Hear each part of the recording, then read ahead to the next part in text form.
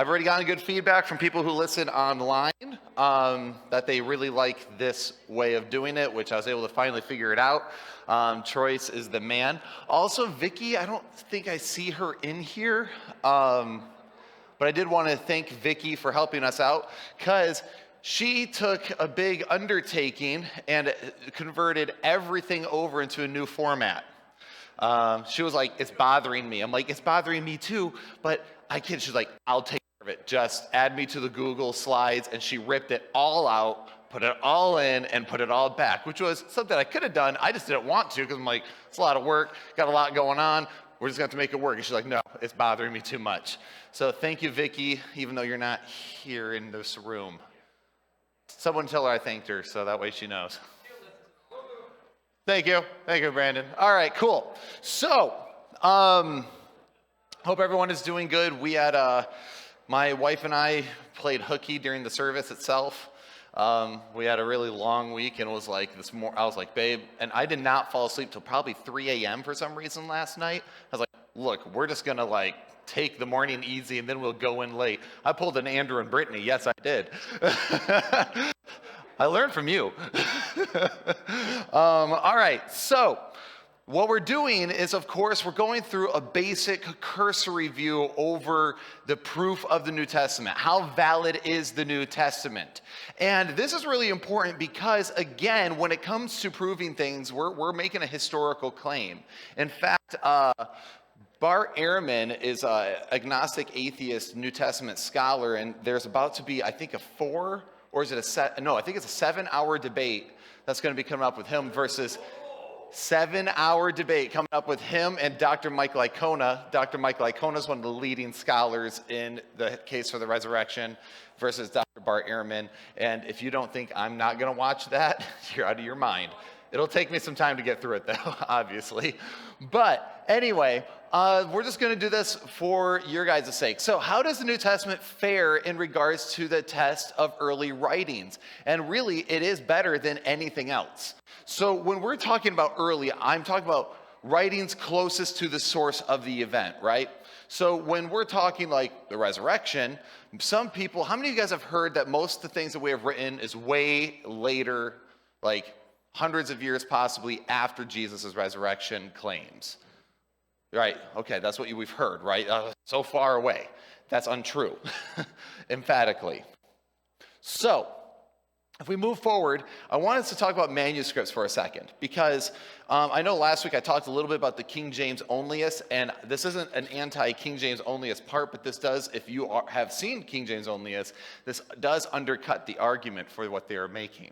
Because one of the greatest claims we have is the fact that we have more than just the King James Version, and we have many manuscripts that we can trace back to. So the Bible has more manuscripts than any other ancient document. At last count, there are nearly 5,800 handwritten Greek manuscripts of the New Testament. In addition, there are over 20,000 manuscripts in other languages such as Latin, Syriac, Coptic, and Arabic. Okay? Old and New Testaments combined, there are probably about 54,000 manuscripts.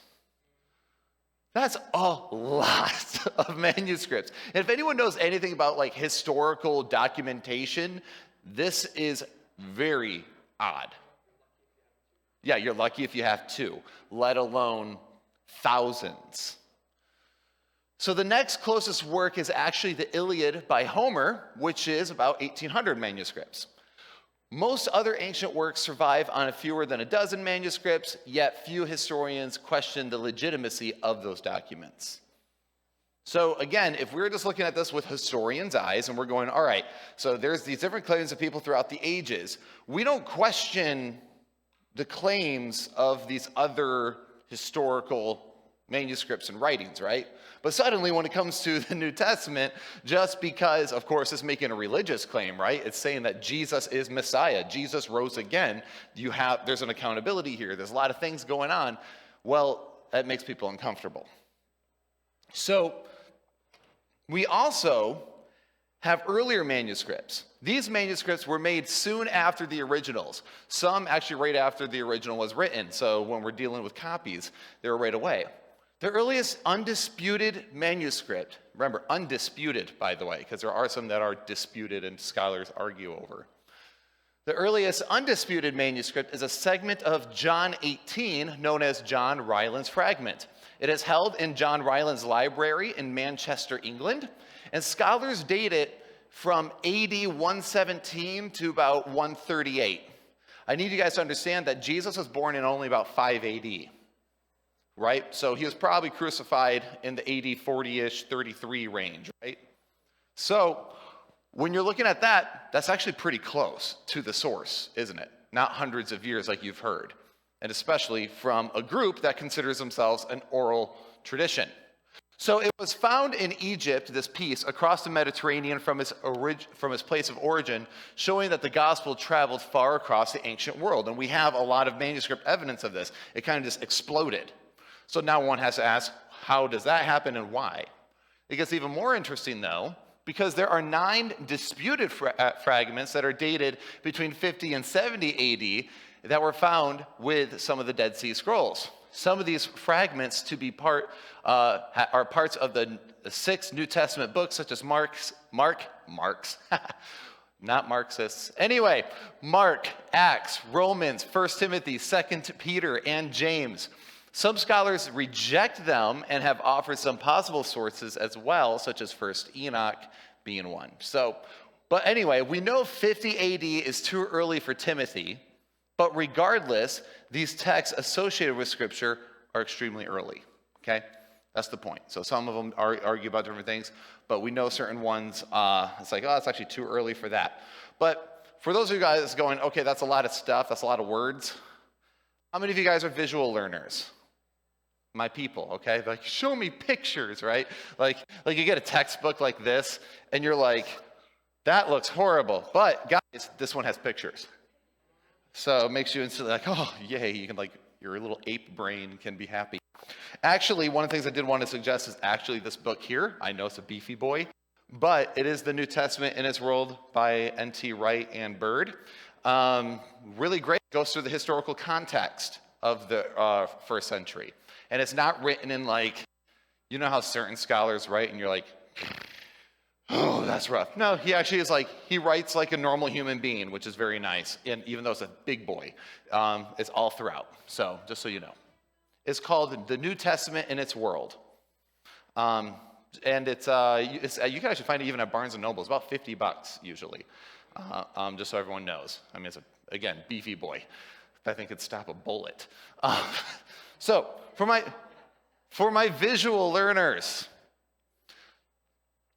gap in years compared to other manuscripts. So this is the gap in years from the moment of the event to written testimony. I know this is further back there. Pliny has 750 years. Caesar has 1,000 years. Tacitus about 1,000 years. Plato about 1,200 years. Herodotus is about 1,400 years, and Demosthenes is about 1,400 years. Homer, about 400 years. And the New Testament, our writings that we have, 25 years. So, what was that? No, I was going to ask, so how do they dictate when time frame these manuscripts are dated? How do they date the manuscripts? So what we're talking about is gap in years, not dating the manuscripts themselves. So what we're talking about is from the original writing point.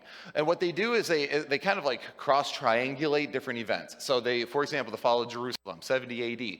None of these gospel events mention that. None of the Acts does. None of the epistles do. Well, these are all Jewish people. They would have definitely talked about that. We also see where they kind of started spreading out. Well, what was going on in that city at that time? What were they making reference to geographically, politically?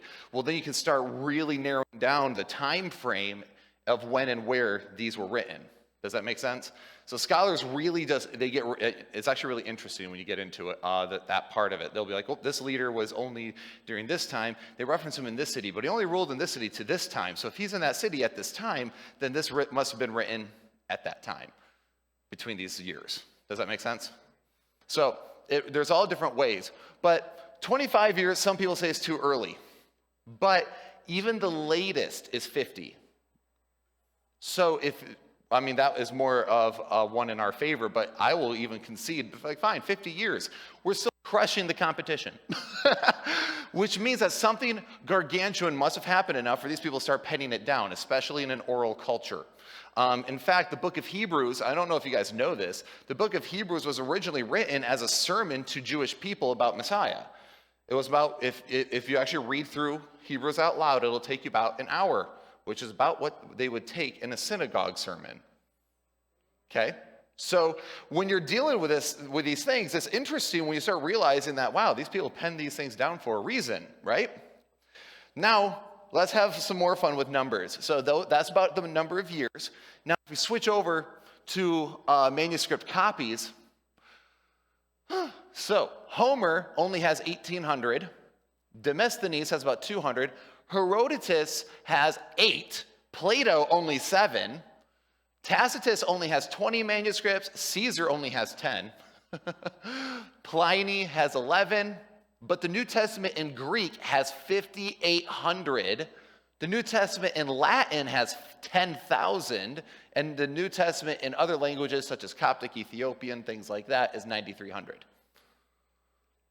Now, how many people question the historical claims of someone like Plato? No one. You hear people just quote Plato like he's a dude, right? Like he's just a guy. Same with Herodotus, Tacitus, Caesar, Pliny, Homer. We just talk about these guys because, well, the sources say that we have on hand these things. Suddenly, though, when it comes to the New Testament, we go, whoa, time out. Even though it is clear through this that it exploded all across the ancient world, thousands of manuscripts all over the place. And it gets even crazier when we dig into history. So, first off, Jose O'Callaghan is a Spanish paleographer who found these documents in a cave containing biblical material from about 50 BC to 100 AD in Qumran, okay? He found what we call the 75 papyrus.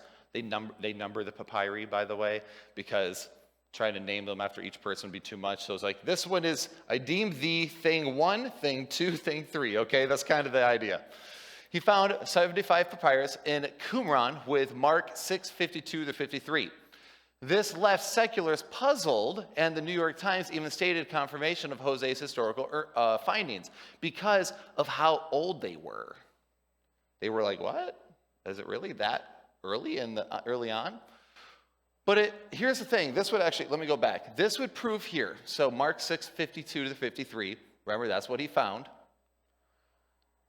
It would prove that at least one of the Gospels, that of St. Mark, was written only a few years after Jesus' death. Because if it's between 50 BC to AD 100, Jesus didn't die until about AD 33-ish, right? So that would mean that Mark was written very close, because we know that it couldn't have been at 50 BC, because that's way before. That or he's just a prophet, which, I mean, he told the future, so that goes into my lane too. So, all right.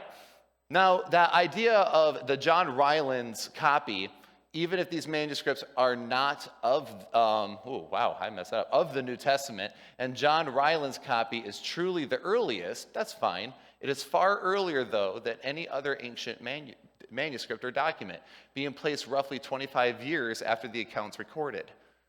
Pretty cool, huh? Now, that's actually John Rylands' manuscript right here. That is the library in England where it's kept. That's the interior. Very fancy. I really wish in America we had such a love for architecture, because that would be nice. Anyway, I won't get on that. But, so how old are the oldest surviving manuscripts of the New Testament?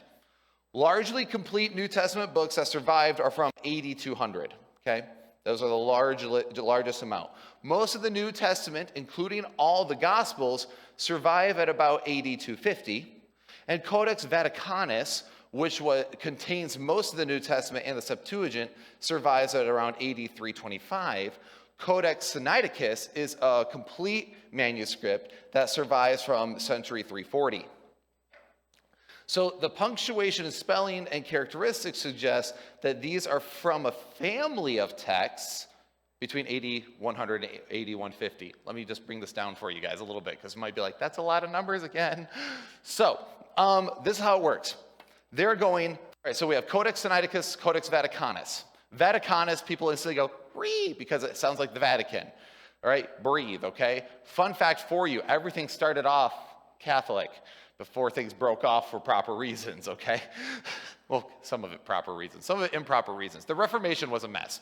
Anyway, so the whole thing here is, when you look, now remember how we were talking about how they will date these things by placing events, what type of manuscript was it, what kind of the papyrus was it, things like that. Another thing that they'll do is they can look at families of texts. And different manuscripts are written with different kinds of styles. Some of them are written in all capital letters, for example. And some of them are written with proper punctuation. Some of them are written with certain parts not in there, like the longer ending of Mark or the woman in adultery. Fun fact for you, the earliest manuscripts do not contain the woman caught in adultery. But we do have manuscripts that show it in Luke. But then it pops up later in the book of John, and we're like, what in the world? So it makes you kind of wonder, was that part of the originals, or was that added later? And most likely it was an event that took place, but it was something that they were like, oh, we better add that as part of his teachings, because that happened, but they didn't know where to put it, Luke or John. Anyway, so when you take in all the different styles that take place, you can trace it back to certain families of texts. And the texts that we're talking about here are texts from a family around AD 100 to AD 150, which is within very close to Jesus, okay? So that's all that to say is that this is from a group of texts around that time. Makes sense? Are we tracking? Okay. It gets a little technical, and I try to bring it down to earth as much as possible. So when it comes to this, now we have to ask, how can we reconstruct it? Right? How do we properly reconstruct it? Is that a good question? I feel like that's a good question when we're talking about 5,800 Greek manuscripts, all with some variances. Now remember, the variances, actually no, I'm not gonna follow that bunny trail. We will get there. All right. If all reconstruction at its finest, this is again where the King James only struggles, and this is also where the skeptic struggles. Because if all we had were just the aforementioned documents, scholars could still reconstruct the New Testament with amazing accuracy. So if all we had were what I just mentioned before, Sinaiticus, Vaticanus, those things, we can still do it with amazing accuracy. However, scholars have abundant supporting evidence from the ancient world that makes reconstruction way easier, okay? So, there are even more supported manuscripts found. So, this is where it gets interesting. Remember how many I mentioned of just the New Testament alone, not including Old Testament, but altogether about 54,000? That's a lot, right? This gets increasingly amazing when you understand this guy, the Roman Emperor Diocletian. How many of you guys have heard that name before? Okay. This man, not friendly to Christians. I feel like that's most of the ancient world, right? Most of them didn't like us. So he ordered 3 edicts of persecution against Christians because he actually believed Christianity was threatening Rome's covenant with their gods, which makes sense because it was making claim. I mean, what did Paul do on Mars Hill? I mean, Paul straight up is like, this is your place of worship? You know that guy to the unknown gods? I represent him. Now pay attention. So he's not wrong. So during this time, thousands of manuscripts were actually destroyed, which lasted until about AD 311. Now remember, a lot of these things are from a family of texts between AD 100 to AD 200. A lot of the things we've talked about were before this time, right? So even if he succeeded in destroying the entire manuscript collective, he still would not have been able to wipe out the New Testament. And you might go, how's that possible? Because the early church fathers were actually able to quote the New Testament somewhere around 36,289 times. So fathers such as Justin Martyr, Irenaeus, Clement of Alexandria, Origen, and Tertullian, all these early church fathers actually penned down a lot of the New Testament. If you ever take a chance, and I recommend you taking time to read early church fathers, it's very interesting, half the time you are reading very familiar passages from the New Testament and them making very brief commentary. It is really kind of funny, actually. So this means that their own writings contained the vast majority of the New Testament And that could still be read and studied today. So even if Diocletian completely succeeded in destroying all our manuscripts and wiping out Christianity in that sense, we could still rebuild the New Testament just by writings of the early church fathers. Isn't that nuts? That means, again, something happened. This stuff doesn't just happen in history, if anyone knows anything about history. So, moving forward, how do we reconstruct the originals? All right, this might be a question that a lot of people ask. Is this something that you've ever wondered? All right, I'm going to give you the brief version, okay? If you guys want to take a course on textual criticism, you can. I will say this, they can be a bit of a snooze. Yeah, that's coming from a nerd, by the way. Even I'm like, is it over? I get it. But this is going to be the easiest way for me to put it to you. Okay, reconstructing the originals. Many early and supported manuscripts are what allows scholars to put together the original manuscripts relatively easy. Even if there are errors in varying manuscripts, we can rebuild through comparison as a process known as textual criticism. Now remember, I mentioned last week, it's like if I took a chapter of a book, actually if I took chapter 1 of this book here, and I said, I want each one of you guys to copy chapter 1 in this class, let me know when you're done, would we have differences? But would we be able to reconstruct what the original said? Absolutely. To put it more simply, Ephesians 2:8, 2:8, what in the world was that typo? I was having a seizure. Okay, so many of you guys are familiar with this. For by grace you are saved through faith. It is not as yourselves, the gift of God, not of works, lest any man should boast, right? Everyone's very familiar usually with that in a church setting. So let's just say somebody has a typo with their hand in a manuscript. It says, for by grace you are saved through, and then there's something omitted here.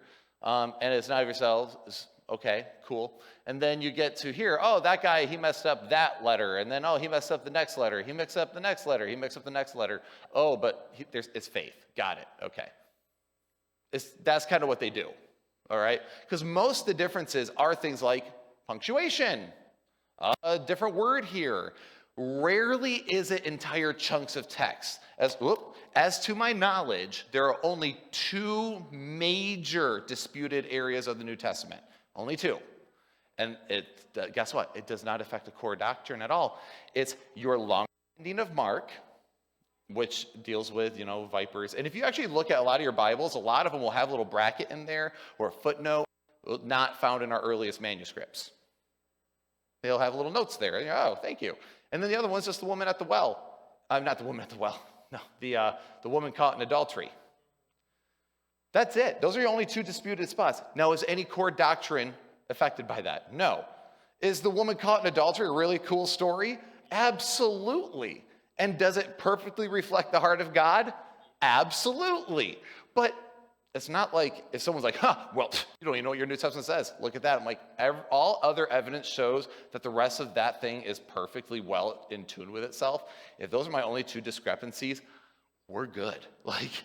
Again, we don't have the same issue that the Muslims have, where Uthman destroyed all their manuscript evidence and claimed one perfectly good Quran, kind of like the King James Onlyist wants to get rid of all manuscript history and all other translations, only the Textus Receptus and only the KJV. It hurts us. So anyway, moving forward, why don't we have the originals? Why don't we? Well, that's a good question. And I think there's a couple good, decent answers. One is I think it's because we can't idolize the originals. Could you imagine if we had the original copies, what people would do? Think about it. I've mentioned King James Onlyism a few times. Think of what people do with that thing because it was a monumental moment in history. Let alone if we had originals touched by the apostles themselves. Good grief, there'd be wars over it. But also, I think it actually helps us, not hurts us, to not have the originals. Because it helps us that we can confirm the spread of the manuscripts. If you can see it, you're like, wow, it exploded. There is an event that took place. Christians were being killed, yet people were still risking their lives to copy it and send it away. Think about that for a moment and just start being like, would somebody do that over a lie? Would somebody do that over an artificial claim? Because we have writings of early church fathers that are the disciples of the disciples. We have writings, I don't know if you knew that, of the disciples of the disciples. and they were risking life and blood. So I think it helps us to confirm the spread of the manuscripts. Also so that we can reconstruct the originals while also confirming the sources of the copies. We wouldn't be able to do this if we had only the originals.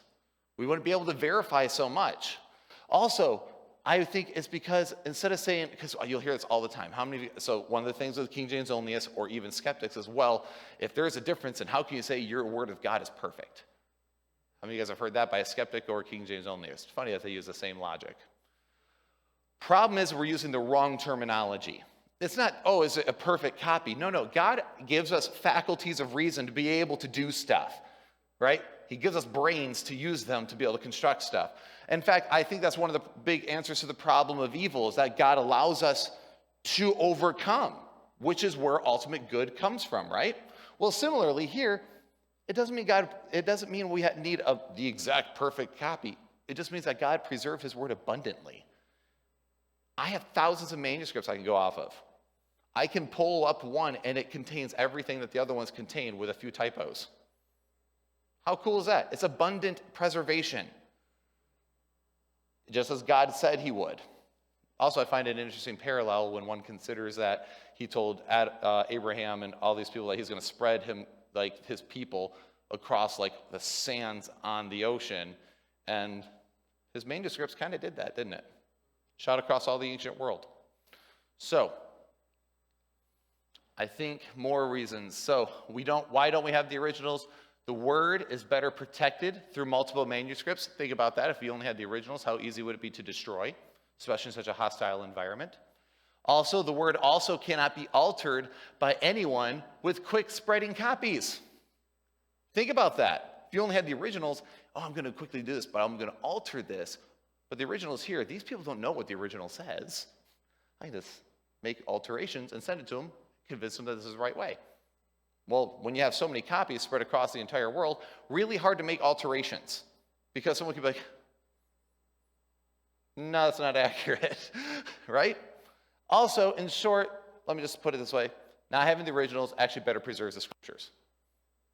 Does that make sense? Because, again, if you only have one, and you had someone like Diocletian around, he'd want to destroy those. So it's better that we don't have it, okay? Any comments on this so far? Is this interesting? Okay, cool. Because this is where my brain started going like, what? Like, because, I mean, we've all heard that, like, oh, yeah, we're Christians, this is what I believe, but you didn't realize that there's, like, this much rich depth to it. We're like, wow, there's actually a lot of good points here. My faith is deeper than I thought it was. That's really cool. A couple other things, and I'm probably going to mention this more as the classes go on, but Andrew mentioned that I should definitely bring this up, and I think I should. One of the other cool parts. Now, have you guys ever wondered why God sent Jesus when he did? Has that ever been a question? Like, why then? Why not now when we have all this technology to confirm that he's alive and all this stuff? Think about it. So, before the Roman Empire, the world was not as connected, was it? In fact, there are a lot of hostile different countries, and they didn't have the same trade routes that were easy to navigate. Roman Empire took over everything. So the entire known educated world of that time, where philosophy was like heaven meeting earth, essentially, and philosophy exploding, suddenly trade routes and everything open up. You have more people who are becoming more learned during that time. But also, if Jesus came today, you cannot tell me we wouldn't think he's a phony like all the other phonies that exist today. We just be like, oh, there's another one. Okay, whatever, turn off YouTube. But we've seen this trick 1,000 times. It's more important that Jesus came during strong time of Judaism, where what he would be speaking would be heretical to them, because it's dangerous. It pushes against the status quo, but it pushes against the status quo of Rome, but also the world is at such a point where they're all using common language of Koine Greek, and it's able to explode across that ancient world without much problem. It's actually like, if you look at it, it's the perfect time for Jesus to come, because it allows actually for the most confirmation to take place with the widest spread without as much skepticism, if that makes sense. Because nowadays, I'll be honest, I'd be one of those people who's like, yeah, I don't buy it. Because there's people who claim stuff like this all the time nowadays, and they do. I saw recently online, there's a girl who's like, everyone's like chanting and praying around her. And she's acting like her shoulders all jacked up and like slowly healing. She's triple jointed, and she's done this at like multiple villages to make money, essentially. It's a hoax. Anyway, so. All right. Well, yeah, we can move forward a little bit. So how accurate is the reconstruction? So let's clear up some misunderstandings that many people seem to have. How accurate is reconstruction? Well, many critics claim that these New Testament manuscripts contain over 200,000 errors in the New Testament. Have you guys heard that before? Oh, so many errors.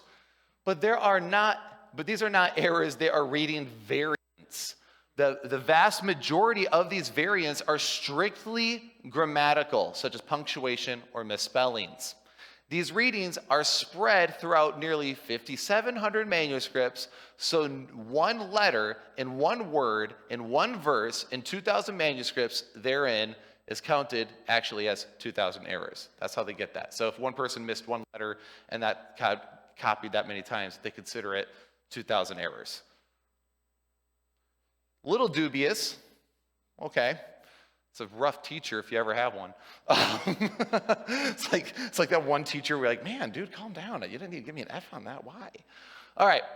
So let's talk about the Greek alphabet for a second because this is important.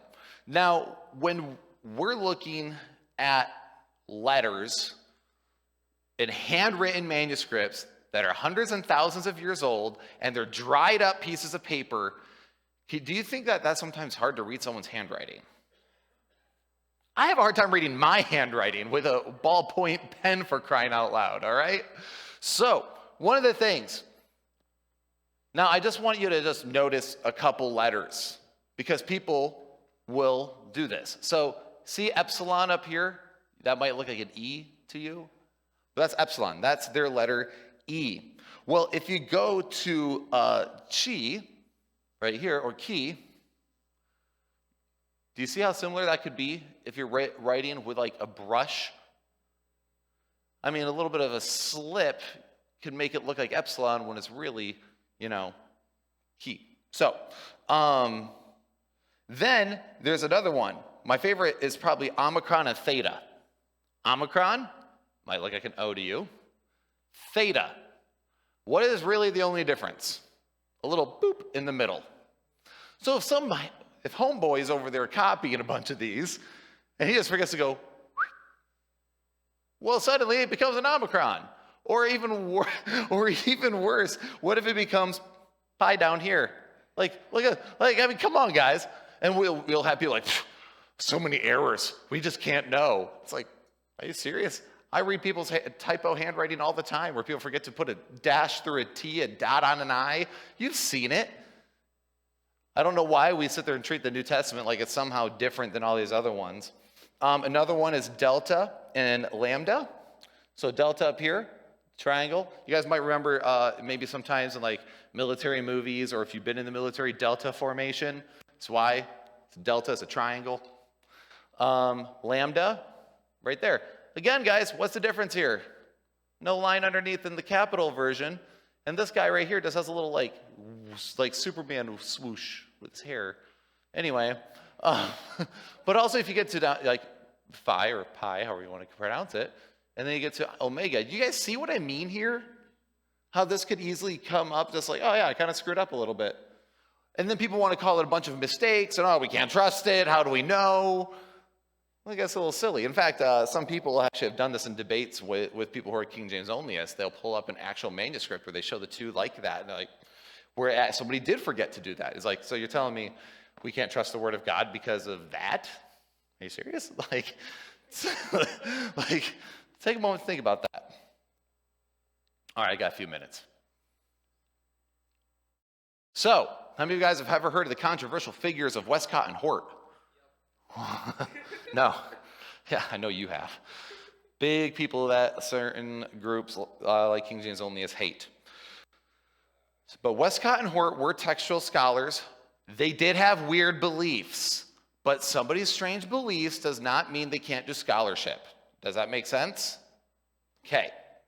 So textual scholars estimated that only 1 in 60 of these variants carry really any significance, and this would leave 98.33% of the text pure. It's pretty good. I mean, you're 2,000 years removed. So this other guy, Philip Schaff, comes along, and he calculated that out of 150,000 known variants, which, well, admittedly, in his day, only 400 changed the meaning of the passage, but only 50 changed anything of real significance, but not even one affected a vital doctrine. It's kind of nice, isn't it? So then, to continue forward, Bruce Metzger says that it's unlike no other. No other book in history has been able to be so well authenticated. Princeton professor, who is this guy, Bruce Metzger, he estimated that the Mahabharata of Hinduism, y'all say all these weird names, okay? Mahabharata of Hinduism is copied with only about 90% accuracy, and Homer's Iliad with about 95%. Okay? He estimated the New Testament had 99.5% accuracy, and that 0.05% does not affect a single doctrine of the faith. But remember, guys, you can't trust it. So, just forgive my cheekiness, but it kills me. So, is the New Testament historically accurate? Yeah, I think we can say that, but we're going to move forward a little bit in this. This is, I think, literally one of the most important lessons I'll ever do with people, just because it really just breaks it down to numbers. I don't know, I feel like we're number people. So, even though if you don't like numbers, it's important. So, these tests are the same tests that historians use in order to decide whether or not something is actually historically reliable. Everything I'm going through right now is exactly what historians do, which, again, we have to start calling a double standard here when they say that the New Testament is not accurate just because it makes some great claims about Jesus' resurrection and miracles versus how they treat other documents. Make sense? This entire exercise allows us to prove the historicity of the Bible, not necessarily the divinity of it, right? Of course, if it can be proven as historically reliable, it would most certainly, I think, prove its divinity, because it would be inconsistent, right? Its claims are of divine nature. So if you prove that it's historically reliable, well, what follows, right? So, I think, where am I at? I technically have 5 minutes. Does everyone want me to keep going? All right, we're going to keep going. All right. All right. So 7 historical tests. These are 7 tests that historians use. So do we have an early testimony? I think after what we just went through, we could say, yes, generally the earlier the copies, the more accurate they are. We have extremely early testimony and extremely early writings. Do we have eyewitness testimony? We already went through that, right? Everything, that was a few weeks ago, but we have eyewitness testimony. This is generally the best because it means to find out what really happened, somebody must have witnessed it. That makes sense. There's a reason why whenever there's a crime, we go, do we have eyewitness testimony? Makes sense. All right. Do we have witness of multiple independent eyewitness sources? This is how we can confirm and know that something is not fiction. Do we have witnesses of multiple independent sources? Yes. We have all the apostles that claim to be eyewitnesses, but then we also have people who are, let's say, not apostles, people who are not on that side. We have Josephus, and a lot of other historians of that time. Are eyewitnesses trustworthy? Are the eyewitnesses trustworthy? Because character matters, right? Are they making anything up? So these are some basic questions that they use, and more.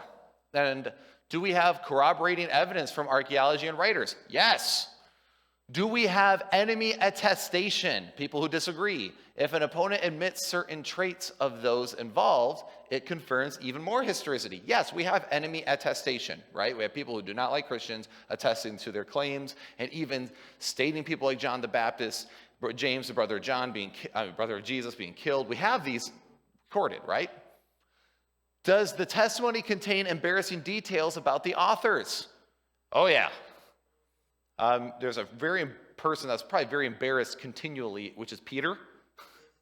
There's a lot of, like, why would you record that if you're making it up? Like, yes, and then I opened my fat mouth again, challenged Messiah, and he gave me a verbal whooping.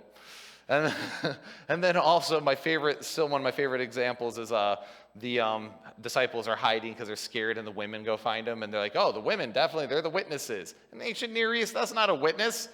You women don't know what you're talking about, don't you know? That's what they're saying. All right, just relax. I instantly felt like women grabbing their flip-flops to beat me. But that's the way they viewed it. It's really interesting. So, well, we have embarrassing details. So in most cases, documents that meet most or all of these historical tests are actually considered trustworthy beyond all reasonable doubt. So then why don't we do that with the New Testament more often? Making sense so far? So, let's address the skeptic for a few seconds here,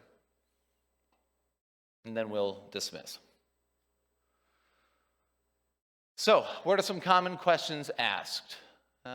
Well, you'll hear this. History just cannot be known. We can't verify. History can't be known. Of course, the greatest irony is this is usually coming from people who know that we evolved from a single-cell organism. So, it's a historical claim, folks. Also, to say that we can't know anything about history is to say we can know something about history. It defeats itself, right? But we all know this is true because this is untrue because we can and do know history. How many of you guys are familiar with the event of Pearl Harbor on December 7th in 1941, or the Constitution being signed on September 17th, 1787? No, someone will be like, oh, but those are only modern ones. But it's still, we can know history. We can know history. If history cannot be known, no jury could reach a verdict. If history cannot be known, no one can claim Christianity as false. I guess that's kind of cool. They just gave up their argument against you. And if history cannot be known, we cannot know anything. So when skeptics, sometimes you will run into these absurd arguments, by the way, and I'm not kidding. Usually only in weird forums on the internet, but trust me, you'll find them. So I said this before, I'll say it again. Being a skeptic doesn't make one necessarily smart, but a questioner never satisfied with an answer, okay? So, and it's okay to be skeptical. It's okay to be a skeptic, but if you're never satisfied with an answer, you gotta start asking why. Why can't you reach a conclusion based on certain evidences, right? It doesn't make you smart, it means that you're just stubborn. And if you want to be stubborn, cool, that's on you, but, don't sit there and say that the rest of mankind is stupid just because we actually reach a conclusive answer. Now, if somebody actually has other things to address, we can talk about that. But I think for now, we'll talk about the skeptic more next week. Now, let me take a look at my calendar. Because what I want to do in the next few weeks, so on the 10th, April 10th, that's Palm Sunday, by the way, Palm Sunday, the Sunday before, no matter where we're at in our New Testament series that we're going through, we're going to take a break. And that Sunday, I am going to give you guys the basic case for the resurrection because I think it's proper right before Easter. So I will give you the case for that no matter where we land in this because I literally take this as we go. So be there for that. Tell your friends and family to be there for that. I think it'll be interesting because I'm just going to go through the core facts of the argument. There's a lot more to it, but we're just going to do what are the main facts. So that'll be cool. And then once we're finished up with this and we do that small case of the resurrection and the top reasons we know, what I'm going to do is I'm going to chill out on the scholarly part this way. And because it's that time of year, we're dealing out with the New Testament and the resurrection, I would love a week or two to talk about the atonement and our understanding of the atonement. Me and Pastor John had a really interesting conversation the other day. Zach, that's a heads up. So I do want to address some of that and talk about it. I had a friend over last night where he was there till almost midnight as we chatted about it. And he's like, I woke up this morning and my world's upside down. You're right. So it'll be fun because many of you guys probably don't know this, that the atonement is a really interesting thing to study. And also, I think in order to have a good apologetic, in order to have a good defense of your faith, to be able to reach people, you need to have a sound theology. Does that make sense? So, all right, guys, with that being said, some teasers, but you are dismissed.